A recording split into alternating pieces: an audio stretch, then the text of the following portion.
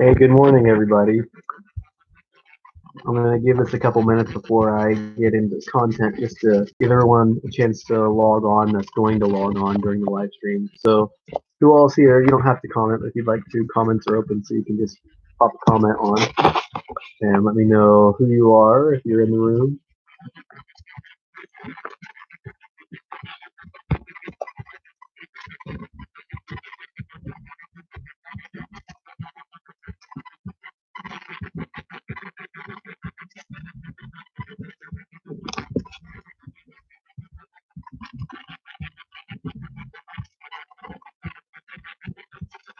All right. Give it just about another minute and 10 seconds. I see we've got 4 people logging on. Good. How's everybody doing? I just want to say, so far, you guys have been doing a great job on the distance learning. You guys are crushing it. You're getting your assignments done. You're doing quality work. If you have questions, you're emailing me. So I really appreciate all the solid effort that you all have been putting in. So thank you for that. It shows, and you guys are doing a great job.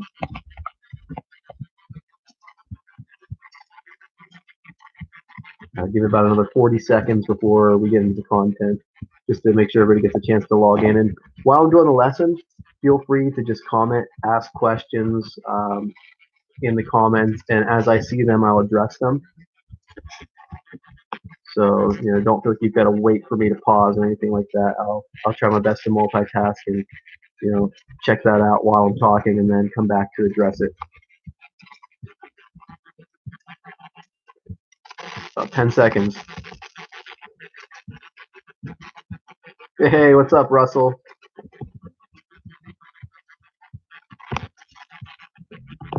All right, let's go ahead and get into it today, guys. So today what we're doing, we're going to work our way up to JFK's Cold War policies, but I just want to come back to Truman's policies and Eisenhower's policies just so we can contrast them and compare them with JFK's Cold War policies. So let's go ahead and start with Truman. So Truman's going to take the helm of the nation as the Cold War is starting to heat up. Okay, so he becomes president during the tail end of World War II, during the end of the Pacific Campaign. He is the president that makes the decision to drop the atomic bombs on Hiroshima and Nagasaki. And part of the reason for that is going to be to end the war. But a lot of historians think that another part of the reason for that is to show the Soviets that we have nuclear weapons and that we are a power to be taken seriously. Now, Truman, when he takes the reins of the nation, all right, he's going to have a departure from from FDR's Cold War policy. So FDR had been negotiating. He had a semi-decent relationship with Stalin, with the Soviet Union.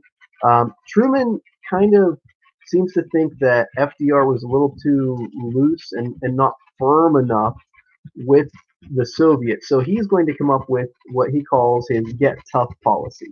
All right, now this ends up being a little bit embarrassing for Truman.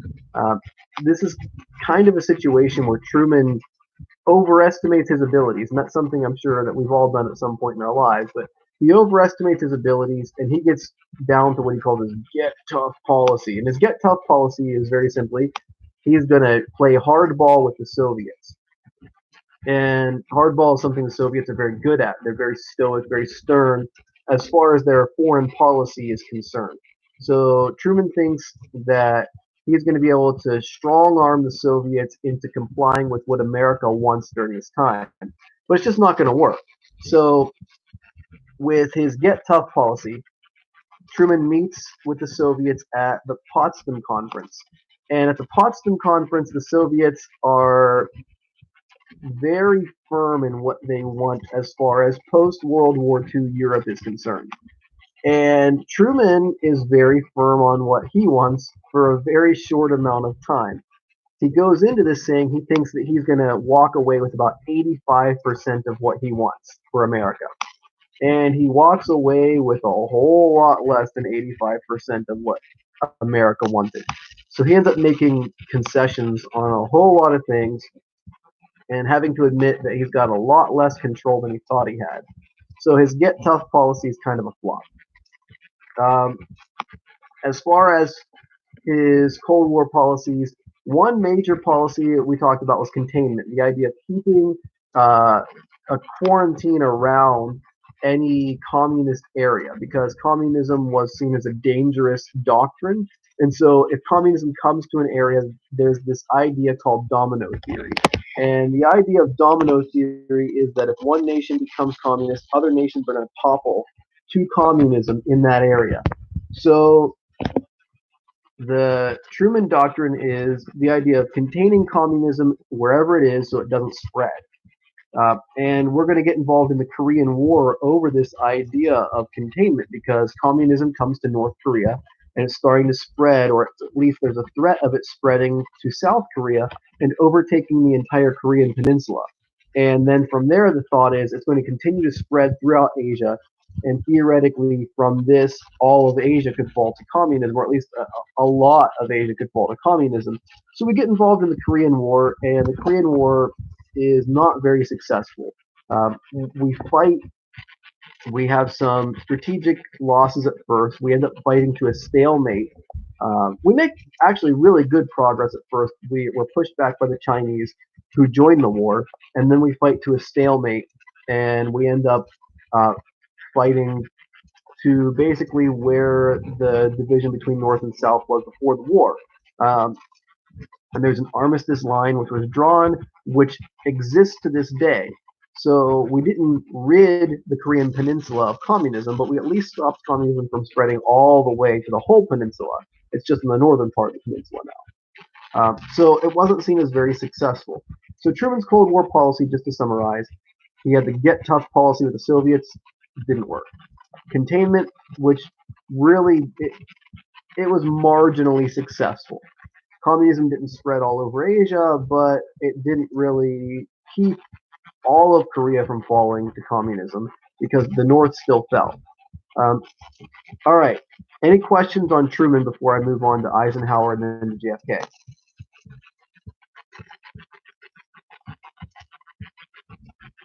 Okay, let's move into Eisenhower. If you didn't get a chance to get your question in, but you think of it, just fire away while I'm talking, and I'll answer it. Okay, Eisenhower. When Eisenhower takes the reins of the nation, so he becomes president, takes control. He's a military man, a general, and so he's got a much stronger stance, and he has a much more aggressive mindset. See, Truman had an aggressive mindset more as a politician. Eisenhower had hey, what's up, Callie? Eisenhower had an aggressive mindset as a military man. And so his idea is massive retaliation. The idea is this will stop the Soviets from even thinking about using nukes because if they drop one, we drop all. So we'll just launch our entire arsenal at the Soviets and it'll be all out, mutually assured destruction. And if you remember back when it was last week, you watched the duck and cover video. That's where this comes from. This part of that is the idea of the threat of nuclear war from the Soviets and the idea of all-out nuclear war. So not a really great time in America as far as morale is concerned because a lot of people were concerned of just being vaporized by nukes at any point in time. Now, generally the threat's going to be low theoretically, but the perception of the threat is very high. All right. Another thing that is an Eisenhower policy during this time period is called brinkmanship. And we've talked about this, but it's nuclear chicken. It's the idea of pushing your opponent, which is the Soviets, to the brink of war in order to gain concessions from them. So this is early Eisenhower policies of mutually assured destruction and brinkmanship. Very aggressive, very firm.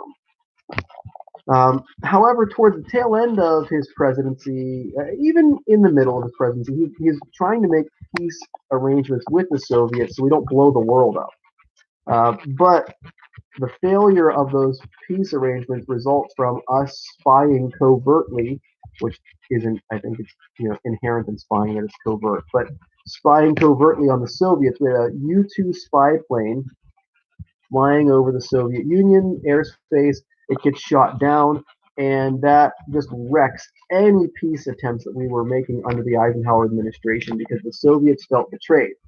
Now, in all fairness, everybody's spying on everybody during this time period. And even today, everybody's spying on everybody. We have military satellites that spy now.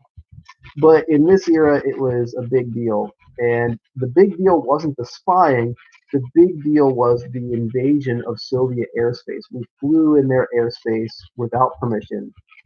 And that's a big no no militarily. Okay, so any questions on Eisenhower? Okay, so Eisenhower continues containment from Truman. Eisenhower has mutually assured destruction. Eisenhower has massive retaliation. Eisenhower has brinkmanship. Now moving into JFK. So JFK, his stance is a little, I don't want to say softer because that gives the wrong idea. But he comes up with what he calls the flexible response to the Soviets. And this is the idea of yes, be strong, because JFK still develops our nuclear program. He strategically keeps nuclear weapons in Turkey, so we have a shorter response time as far as launching nukes on the Soviet Union.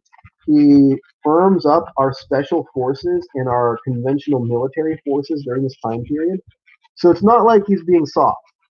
He's having a strong military presence, but the idea is to be used if needed. He's hoping to use diplomacy, but to have the military as a resource in case we need it. So the flexible response is somewhat military buildup, but also a lot of diplomacy, hoping to de-escalate the Cold War to an acceptable level of tension, which eventually, hopefully, would be close to zero. But I mean, we're talking high level of tension and hopefully de-escalating to a much lower level of tension. Uh, some things that occur under the Kennedy administration, and by the way, his flexible response is cut short because of his assassination. So he never gets to really see the full effects of the flexible response. But a few things that occur under him. One is a bad thing, and that is the Bay of Pigs invasion. So we, as America, we support some Cuban rebels that are hoping to invade Cuba and stage a revolution and take Cuba back from the communists because Cuba fell to communism, and the goal of the Bay of Pigs invasion is to topple or at least cause mayhem, confusion, instability within this communist regime. So we promise to back these rebels that are going to take the Bay of Pigs back and hopefully all of Cuba back. But uh, sadly, this invasion is very unsuccessful. And it ends up being a massive embarrassment for the United States. First of all, because we support these rebels and they fail. Like it's just a mess of an invasion. Everything that could go wrong pretty much went wrong. Second of all, because we had promised support to these rebels when they landed, and we bailed on supporting them because their landing went so poorly. So we didn't uphold our promise on one end. That's embarrassing. On the other end, we're trying to topple the communist government that's friendly to the Soviets in Cuba, and we fail. So it shows weakness and ineptitude to the world, and it shows a failure to uphold our promises to the world. So those are just two horrible things. And it's an embarrassment to the Kennedy administration. But a big success, I would argue, of the Kennedy administration with the Cold War is negotiating the Cuban Missile Crisis. So in Cuba, there are nuclear weapons. The Soviets had placed nuclear weapons in Cuba, and they're pointed at America. And the time from launch to explosion in Florida is several minutes. That's not a big response time for America.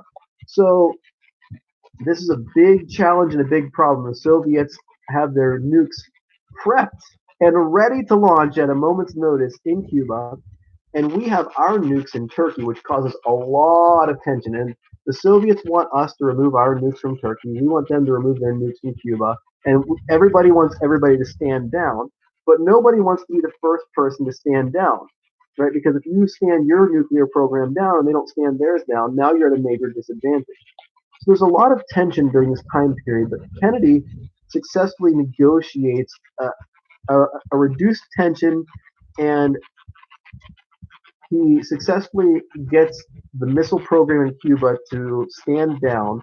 and in exchange for us standing down our nukes in Turkey. But it was a really, really tense time in America. And a lot of Americans were really concerned that at a moment's notice that nukes could be launched from Cuba and we would actually see in our lifetime, or at least in their lifetime, nuclear warfare on American soil. But it was successfully navigated. So kudos, Kennedy, who set up the programs and set up the channels through which this is going to be de-escalated. All right, space race. Now, Kennedy doesn't see the culmination of the space race, but the space race is going to start before Kennedy. But when Kennedy gets into office, he wants to put a man on the moon within the time frame of the 1960s. So within the decade of the 60s, he wants to see a man on the moon. Now, he never sees this because he's assassinated in 63. But by the end of the 60s, the Apollo space program does send Americans to the moon. And it's a big flex on the Soviets for several reasons. First of all, it shows we've got an amazing aerospace engineering program. We've got great mathematics in America at this time period. Because there's a lot of complicated mathematics that goes into navigating. I mean, you think about the orbit of the Earth, the rotation of the Earth, and the orbit of the Moon all have to be taken into account while you're launching a projectile from one place to another over 200,000 miles away. So there's a lot of complicated math going on here, a lot of complicated engineering in the aerospace industry, and also it shows we have the budget to support all of these things. So it shows we're really strong, and we do it before the Soviets do. And that's a really huge flex. So the idea of the space race is a big success in the Cold War because it shows the Soviets that we're able to do things that they're not, and that they still haven't done, by the way. So think about that in the 60s, right? It's 2020. So in the 60s, we put men on the moon, and by 2020, we're still the only nation to put men on the moon. All right. So what I want you to get from Kennedy, flexible response. It's strong, but it's diplomatic. The idea is negotiate until we can't negotiate anymore, and then possibly use force. Bay of Pigs, big embarrassment. Cuban Missile Crisis, success. Space race, success. But the big departure from other administrations is the idea of a flexible response. So not being so hard line, not using brinkmanship, not pressing massive retaliation, but being able to retaliate if necessary. All right. Any questions that you guys have for me on this today? Any comments, anything like that? I'll give it a minute or so because I know there's a bit of lag from when you type your comment to when it shows up on the screen.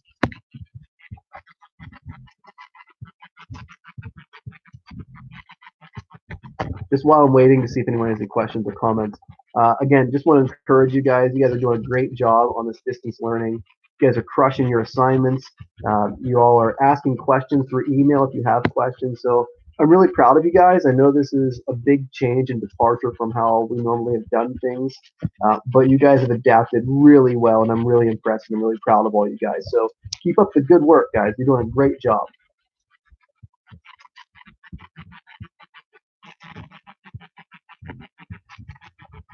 Give it another like 20 seconds or so for comments. If anybody has any comments or questions.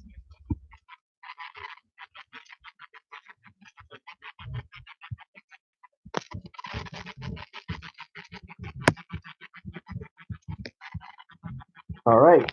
Well, I'm going to go ahead and close this video down if there aren't any other comments or questions. So I have another one of these, I think, scheduled for the tail end of the week. So we'll be doing more live streams. We'll alternate videos and live streams. And if you guys have any questions or anything like that, feel free to email me anytime. I'm checking my email a lot, so you're not bothering me if you have questions, comments. Please email, communicate early, communicate often. I encourage that. All right. See you guys. Have a great day.